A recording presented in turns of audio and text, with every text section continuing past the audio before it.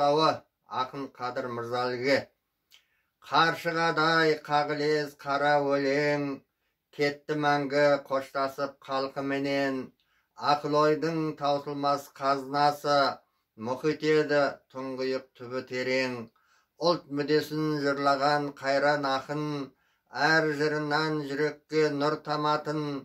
Нағыз қазақ домбыра деген сөзді сізге дейін айтқан жоқ ешбір ақын. Тілі шыққан баладан қартқа шейін, жатқа оқуға жырыңды болды бейім. Ұлт ақыны атанған тірісінде, бұл қазақта ақын жоқ сізге дейін. Сарыны боп қобыздың жыр толғадың, домбыра боп тарихтан сыр қозғадың. Тәуелсіз ел болғанда кеше халқың, өзің жаздың алғашқы ән ұранын. Ұлт мүддесін жырлаған жүрегіңді, даусыз ажал өлімге қалай қиды. Ата мекен әніне салса қазақ, бар қазақтың бойында қан жүгірді.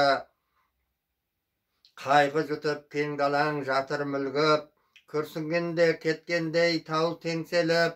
Туған жердің қайғысын көтере алмай, ақ жайықта барады сеңдер көшіп. Сізді жоқтап еліңнің кәрі жасы, ұлтымыздың төгілді көзден жасы. Алдың пеш, артыңыз кеніш болсын, қазағымның қанды көз қаршығасы.